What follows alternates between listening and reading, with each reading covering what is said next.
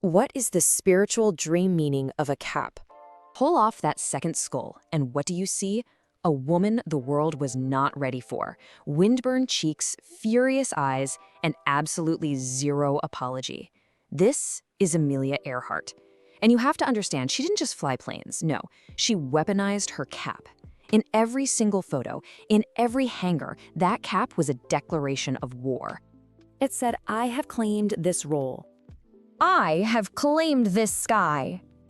And it screamed, "I am not asking for your permission."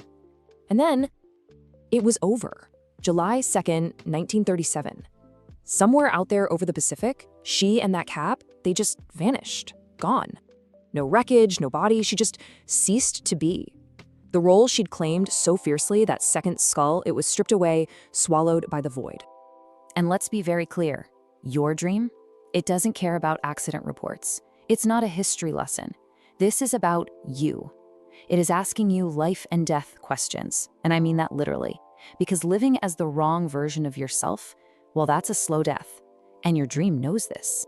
So it asks, what dies when the cap disappears? What was she really carrying on her head? And the most dangerous question of all, what were you hiding underneath it? Okay, to get this, we have to talk about the mask you wear. Yes, you. In Jungian psychology, they have a name for this. It's called the persona. It's the role you perform for the world. Now, this part is crucial. The persona isn't fake. It's not a lie. But it is not the whole truth either. And a cap in a dream, wow. That is one of the most potent symbols of the persona you can get. Why?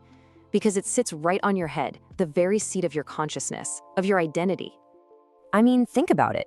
The queen's crown. It just screams, this is who I am in this world. Or the soldier's helmet. It makes the exact same declaration. It announces function, mission. Even the chef's hat. Each one of them announces exactly who you are here to be and what you are here to do. So when a cap shows up in your dream, your psyche is not being subtle. It's not playing word games. It is forcing you to look, really look at the role you're wearing and ask, is this still serving me or has it become a cage? See, Amelia's cap was her power for sure, but it was also her trap. The world only wanted the aviatrix, and so she kept flying. So if you are having this dream, you need to listen up.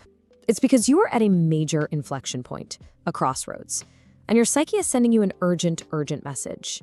There are basically two urgent scenarios. First, you might be stepping into a new role, a new job, a new identity, whatever. And your psyche is having you try on the cap. It's asking, is this the right fit? Hey, really look at this thing. Or, and this is the other scenario, you've been wearing an old role for so long that your psyche is just sounding the alarm. This isn't a drill. It is an emergency. And what is that alarm screaming? It is screaming this. You have confused the cap with your face. You don't know who you are without it anymore. And that is a state of emergency. You know, Amelia Earhart, she knew how to fly. She never figured out how to land and stay landed. She never got the chance to answer that one huge question, who was she when she was grounded? The Pacific Ocean just swallowed that question whole. Don't let your question get swallowed. Your dream didn't happen by accident. It gave you the cap. So the question is, what are you going to do with it? Part 2. Okay, so that cap in your dream, it's not just a hat. It's not just some random detail your brain threw in there. No, it's a message. It's a demand. And every little detail about it, how it fits, what it looks like, that is the message. Your unconscious is talking, and we've got to learn its language. See, your unconscious, it doesn't do simple. It layers things. It twists them. It's not going to just hand you a dictionary definition. It gives you a scene, a gut feeling, a problem to solve. So that cap, yeah, it's so much more than just a cap. What it's really doing is pointing a big, bright spotlight on the role you're playing in your own life. And a lot of the time, it's a role you never even auditioned for. Which brings us right to our first stage, the identity that was forced on you. Yeah, this is all about the persona. That's the fancy term for this social mask you wear, right? The version of you that you perform for everyone else. But what happens when that mask doesn't belong to you? Oh, don't worry. Your dreams will absolutely let you know. And it doesn't matter how it shows up. Maybe the cap is squeezing your head, or it's falling off. Maybe someone literally puts it on you, or maybe it's part of a uniform for a job you can't stand. It doesn't matter. The message is always the same. And let me be really clear here. This isn't some polite little hint from your unconscious. It is a full-on, top-of-your-lungs scream. It's a 5-alarm fire bell going off in your soul. Your psyche is telling you, hey, this box you're living in, it's about to shatter. Doesn't matter if you inherited this role or just grabbed it to survive. The point is, it doesn't fit. And that is the question you have to ask yourself. You've got to put a name to the part you're playing. Are you the peacemaker, the perfect child, the workhorse? Name it. And then get brutally honest. Did I actually choose this, or was it just handed to me? Because that answer, it changes everything. So, what happens when you just can't wear that damn mask one more day? Well, it breaks, it shatters. And I'm not gonna lie, this next stage is terrifying. It feels like you're standing naked in the middle of a crowd, but it has to happen. It's completely necessary. So if you're dreaming that you lost your cap, or it's all worn out and tattered, or it keeps morphing into something else, that's not a bad thing. That's your unconscious planning your escape. Your old identity is dissolving. It's messy, it's in flux, but this isn't a crisis. This is a transformation. You know that dream of the tattered cap? It's pointing right at something we call soul exhaustion. And no, this has nothing to do with needing a nap. This is a bone-deep, psychic tiredness that comes from the constant effort of pretending to be someone you're not. Your very soul is worn thin. And let's be real, this hurts. It really, really hurts. Being stuck between who you were and who you're becoming, not knowing who you are when you wake up in the morning. It's a brutal place to be. But trying to fight it, trying to glue those old pieces back together, that just makes the pain last longer. This is why, right now, you have to stop asking, who am I? You're not gonna get a straight answer.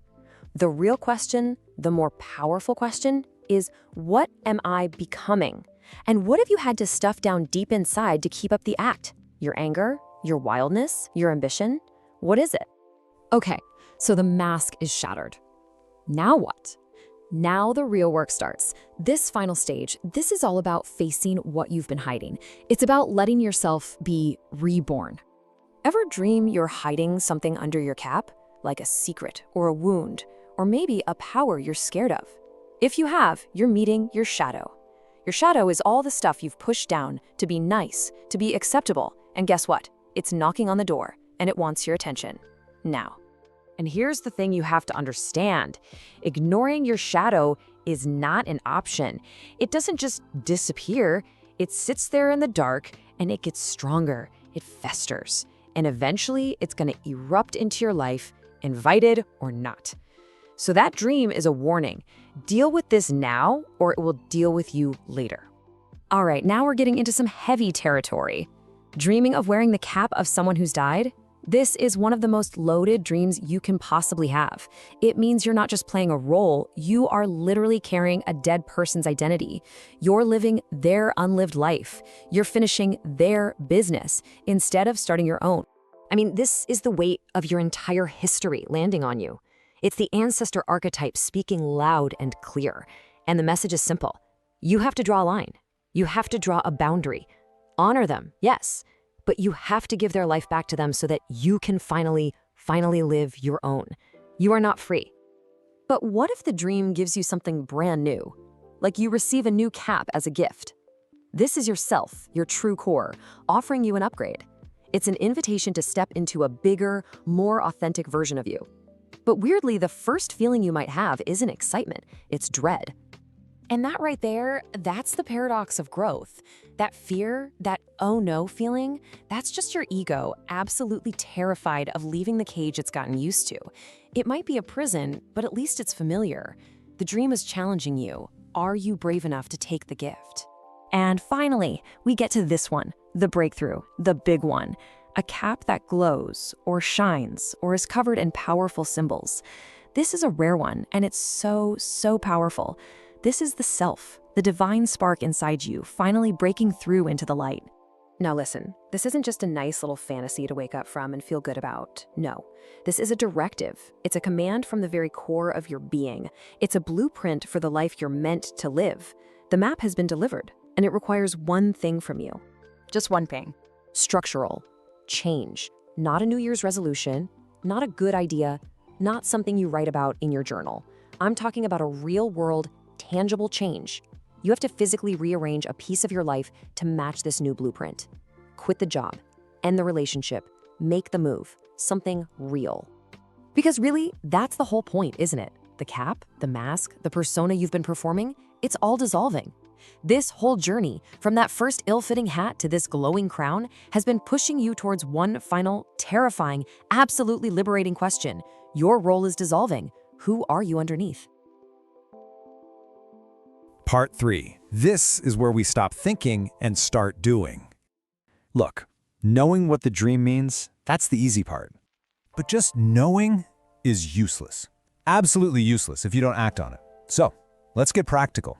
There are a few different ways into this work, designed for different kinds of women. Your only job right now is to pick the one that makes you feel a little uncomfortable. That's the one. That's how you know you've hit a nerve. First up, we've got the Thinker's Toolkit. This is for you if you live in your head, if you process your whole world through logic and words. So, is this you? Is your mind just a constant running monologue? If that's the loudest voice you hear all day, then listen up. This is your entry point. And I need you to feel the urgency here, because the stakes for you are incredibly high. Every single day you don't act, your authenticity is eroding. It's just disappearing. Here's your assignment. Get a piece of paper right now. Draw 3 columns. First column, roles I chose. Second, roles I inherited. And the third, the most important one, roles I am desperate to escape. Now fill it out, and I mean really fill it out. Be brutal, no sugarcoating. This isn't about who you want to be, it's about who you actually are, right now. Okay, now you've got your list. Here's your escape plan. First, look at that third column and circle the one role that costs you the most every single day, the one that's just strangling you. Second, this week, you're going to refuse to do one thing that requires you to play that role. Just one. And third, you build from there. This isn't a self-help exercise. This is survival. All right, let's shift gears. Next up, the Creator's Toolkit. Is your mind less like a book and more like a movie? A constant stream of images, feelings, symbols. If words feel like a cage to you, then this is your path forward. Your work is different. It's not about words. You are going to draw or paint or collage that cap from your dream. Get it down on paper. Then, on that same page, I want you to draw the woman who wears it, not you, the persona that the cap represents. And finally, you're going to draw what's underneath when she takes it off. That's where you'll find the self. And you need to remember this. Your unlived life is waiting in the images you haven't made yet. This isn't just playing with crayons, okay? This is a direct conversation with your unconscious. It's a dialogue that's going to tell you things words never, ever could. And finally, for the woman in charge, the woman in a position of authority, the Leader's Toolkit. This one is a reckoning. And it forces you to ask maybe the single hardest question a leader can ask herself. Is the authority I have real? Or is it just a performance? Let me give you the urgent, brutal truth. That cap you wear at work, it is eating you alive. And you might think you're hiding it well, but you're not. Every single person who reports to you, they see it. They know. And the difference is it's night and day. Performed authority is brittle, it's exhausting to keep up, and it's destructive to you and your whole team. But authentic authority, that's grounded, it's real, and that is the only place true influence ever comes from. So your assignment is simple, but that doesn't mean it's easy. Sometime this week, I want you to take just one act of authentic leadership that requires you to be vulnerable. Admit you don't know something. Ask a real question instead of just giving an answer. Just drop the performance for 60 seconds and see what happens. So all of this work, whether you're a thinker, a creator, a leader, it all brings you to the exact same place, your final choice. I want you to think about this for a second. Amelia Earhart, she never landed. The Pacific Ocean just took her. Why? Because she was still in the role, still wearing the cap, pushing for that next record, locked inside her persona right up until the very end. Your dream is the warning she never got. And you have to understand, your unconscious is not trying to be poetic. It's not telling you a cute little story. It is biological. It is urgent. It is the deepest, most primal intelligence you have, and it is trying to keep you alive. Not just breathing, but truly, deeply, wholly alive. So, after all is said and done, this is the question you're left with. The only one that actually matters. Once you've done the work, once you've looked that persona right in the eye, which cap are you going to leave on the floor for good? Don't rush this. This isn't a small decision. This is your life.